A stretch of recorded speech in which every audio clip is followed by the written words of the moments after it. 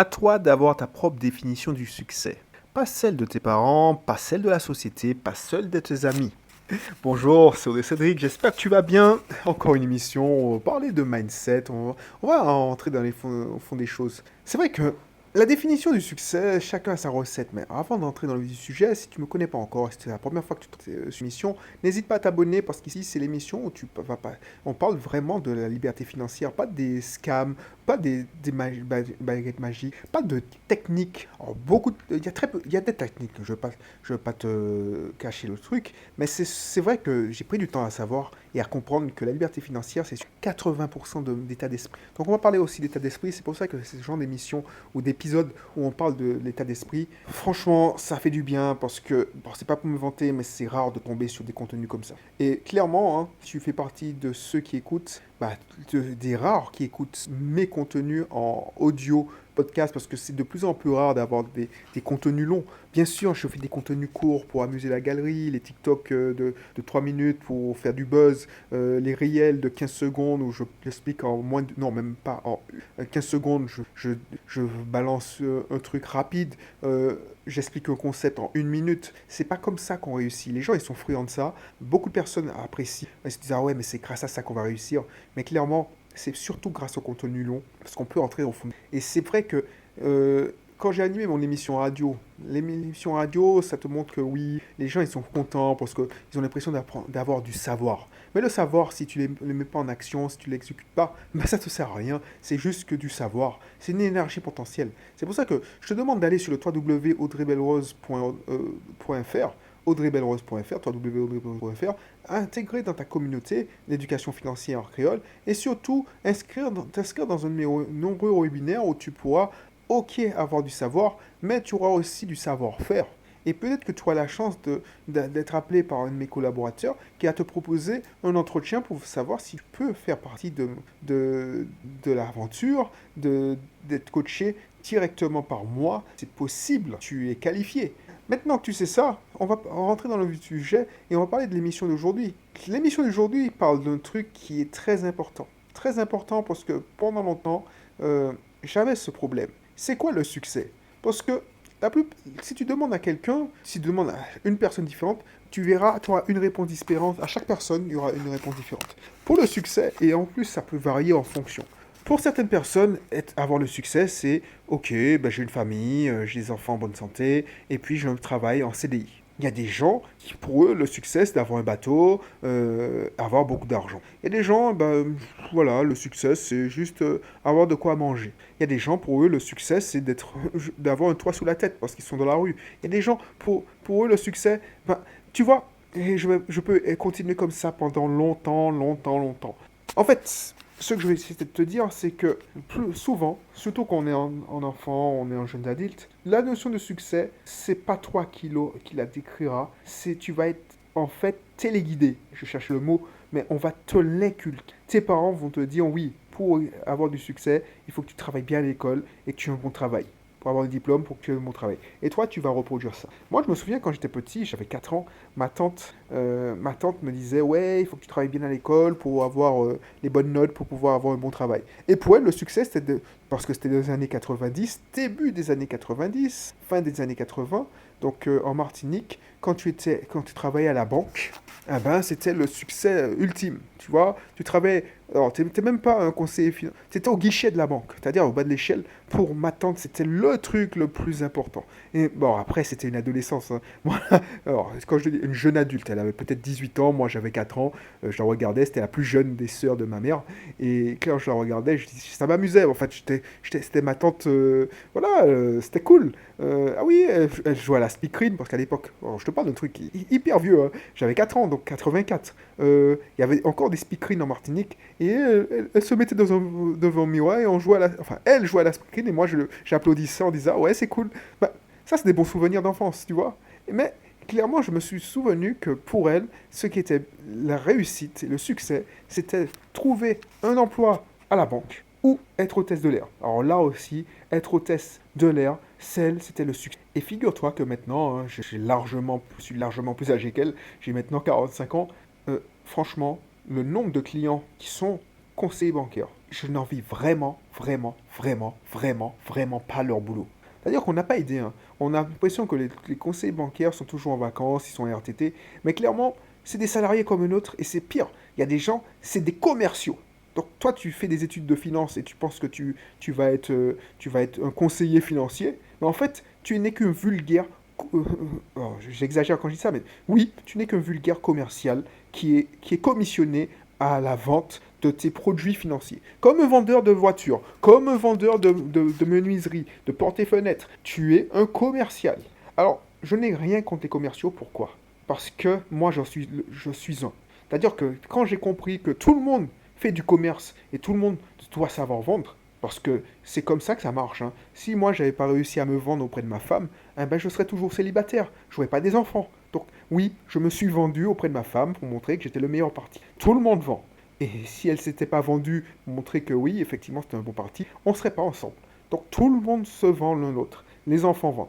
Donc, mais ce que je comprends, c'est que moi, la plupart des conseillers bancaires, alors j'en ai de très très très bons.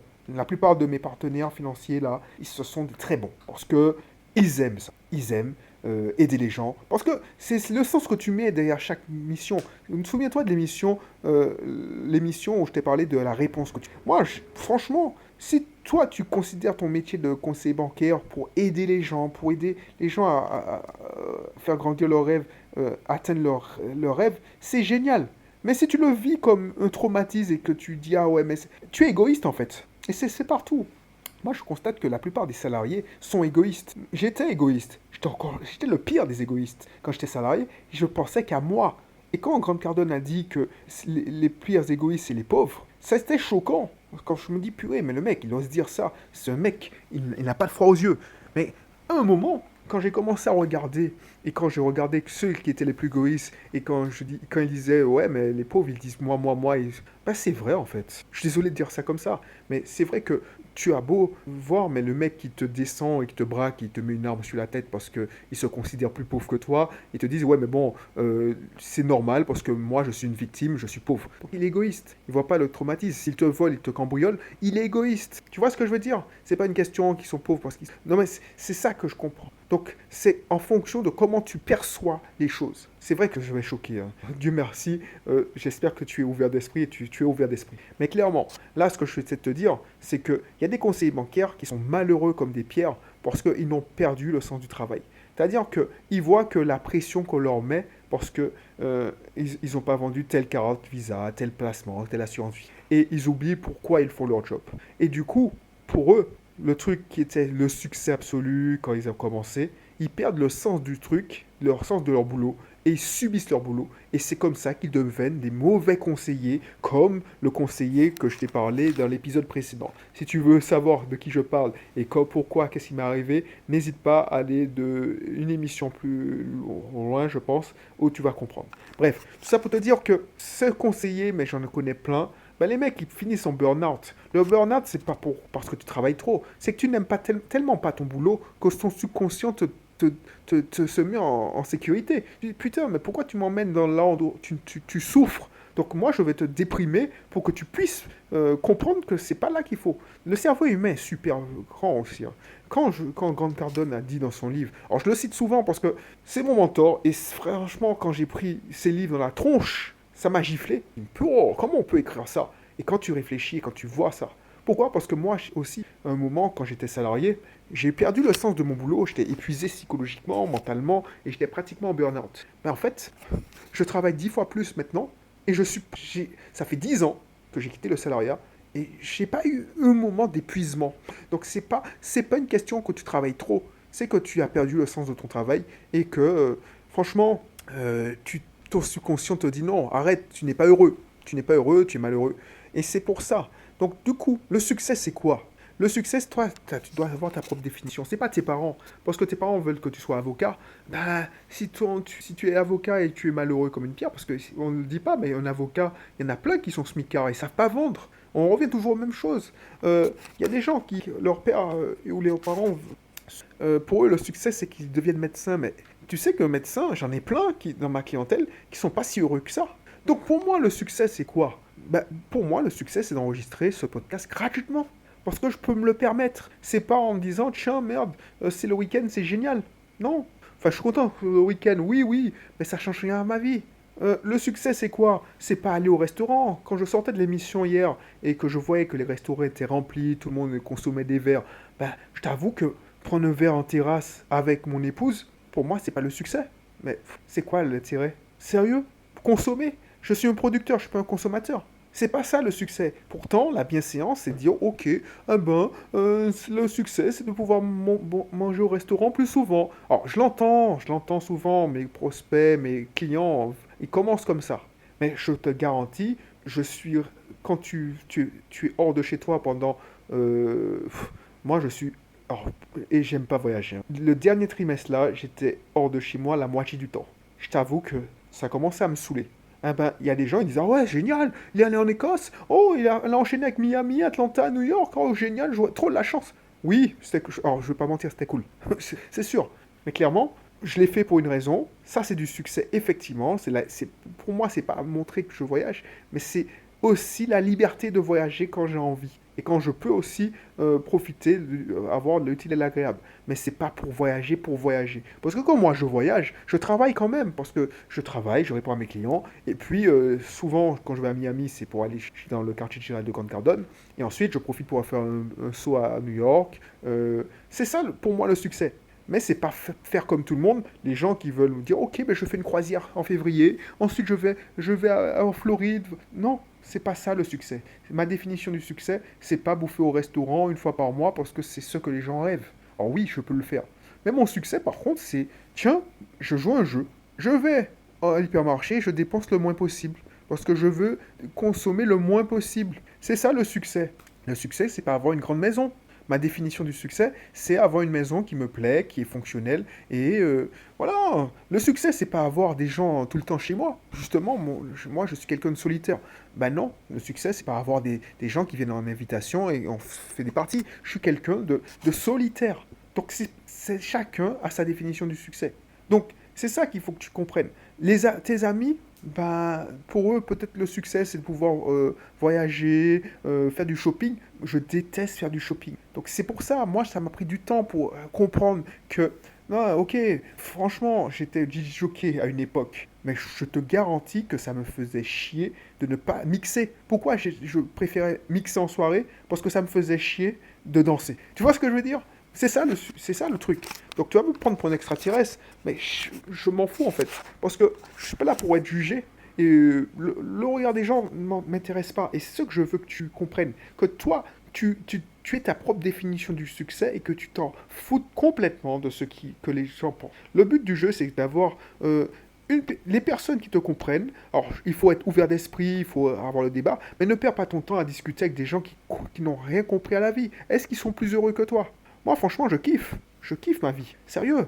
Je kiffe ma vie. C'est-à-dire que, oui, c'est bien de voyager en famille. C'est cool. Je fais le job. Mes enfants en profitent. Mais quand je suis à New York et je marche tout seul dans la ville en réfléchissant, en priant dans la cathédrale Saint-Patrick, bah c'est kiff. C'est un kiff. Quand je suis allé à San Francisco et j'ai marché de 8h à 19h non-stop. Donc j'ai fait des kilomètres, j'ai fait le Golden Gate aller-retour. Je suis allé marcher sur la colline qui surplombait le Golden Gate. J'ai pris des photos, je suis revenu. Et finalement je dis, oh tiens, je suis dans le Golden Gate, je suis alors je crois que c'est l'océan Pacifique. Je longe l'océan Pacifique, je suis arrivé au point, je dis, bah ok, je suis à 3 heures de marche de l'hôtel, allons-y, let's go. C'est le kiff, c'est le kiff. Donc du coup, il y a des gens qui diraient, mais il est malade ce mec, c'est pas le succès pour lui, pour moi.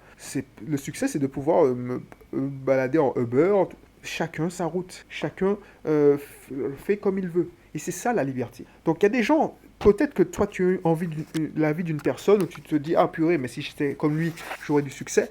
C'est ça le succès. Et finalement, quand tu l'as, bah, c'est pas ça le succès. Le succès, moi franchement, j'ai pris du temps à comprendre ça. L'image de la société, du père moderne, où effectivement il faut être un père comme ça, qui sait changer les couches. Mais bien sûr, pour ma première enfant, bah, j'ai changé ses couches, tout ça. Alors c'est pour rendre service à madame. Mais clairement, cette histoire où oui, il faut être disponible, bah, clairement, j'aime mes enfants. J'ai pas envie de m'emmerder à jouer avec eux. C'est pas moi. Alors tu vas me trouver égoïste, mais sérieux, une partie de Monopoly où Non, ça m'intéresse pas. Ça m'intéresse pas. Et clairement, alors souvent, je me suis culpabilisé pendant longtemps en me disant oui, c'est ça que je déplore dans cette société, c'est qu'on t'impose une vision idéalisée du monde, alors que chacun fait comme il veut. Et c'est chacun a sa définition du succès. Par contre, il faut se respecter. Moi, je respecte les gens qui, effectivement, qui veulent avoir une relation avec leurs enfants. Mais c'est pas mon truc. Je vais pas me forcer à avoir ce truc-là. Sinon, ça va être mal fait. Voilà, bon, je pense qu'on a dévié du sujet principal. Mais c'est pour te montrer que ne sois pas complexé si tu penses outcast. Ne te dis pas, ouais, non, je suis bizarre, je suis obsessionnel, j'aime travailler. Les gens qui me traitent de work alcoolique, parce que c'est un terme, hein, work alcoolique, c'est alcoolique du boulot. Bah, clairement, combien de fois je me suis fait chier à des fêtes de famille? Combien de fois, je dis purée, j'aurais tellement fait de trucs. Ah ouais, je perds mon temps. Parce que mon travail n'est pas mon travail. Effectivement, ils ne peuvent pas comprendre ça. Les gens qui sont salariés et qui subissent leur boulot, ben je les plains parce que je me dis, purée, mais mec, ils sont contents, ils vivent leur best life, c'est dimanche, tout ça, mais leur gueule le lundi. Alors moi, le lundi, je commence par une séance de sport. J'essaie de commencer par une séance de sport hyper violente. Ben, je suis content quand je me lève le lundi. C'est ça le succès, pour moi. Donc ne sois pas complexé, ne te mets pas la pression parce que X ou Y considère que c'est ça le succès, pas autrement. Si toi tu es heureux, si toi tu es bien comme ça m'a pris du temps pour comprendre ça, ça m'a pris du temps, je me culpabilisais, Tu sais, l'être humain c'est comme ça. Donc si tes parents te disent, ouais, parce que mes parents, ma mère pendant longtemps, elle m'a dit, ouais, mais l'argent ne fait pas le bonheur. Bah maintenant, qu'est-ce qui est en train de râler parce qu'elle n'a pas assez d'argent? La même qui me disait que l'argent ne fait pas le bonheur. Donc clairement, ne prends pas des conseils de personnes qui ne sont pas à ta place. Même si c'est tes parents, tu dois les respecter. Mais clairement, s'ils ne sont pas des experts dans leur... Combien de fois mon père me dit, ouais, ne mets pas tes photos sur Internet, ne mets pas tes images sur Internet, ne fais pas... Ah oui, mais papa, toi, tu n'es pas comme moi. Donc, c'est comme ça. Moi, je les adore. Mais le succès, leur définition de succès n'est pas la même définition du succès. Donc, ne sois pas complexé, ne te prends pas la tête, aie ta propre définition. Et un exercice que tu peux faire, c'est de prendre un cahier et te dire, ok, voilà la définition, tout en sortant de ce que les gens peuvent penser de toi et peuvent dire de toi, et te sortir de ce que tes parents, tes amis considèrent comme le succès. Et ça, c'est navrant quand je vois que un gamin, un neveu, lui, le succès, c'est d'avoir du Gucci, d'avoir des marques. Pour moi, c'est pas le succès. La limite, je dis, mais l'enfant, il a des 400 euros. Or, pourquoi leurs parents ont des 100 euros, 500 euros pour ça?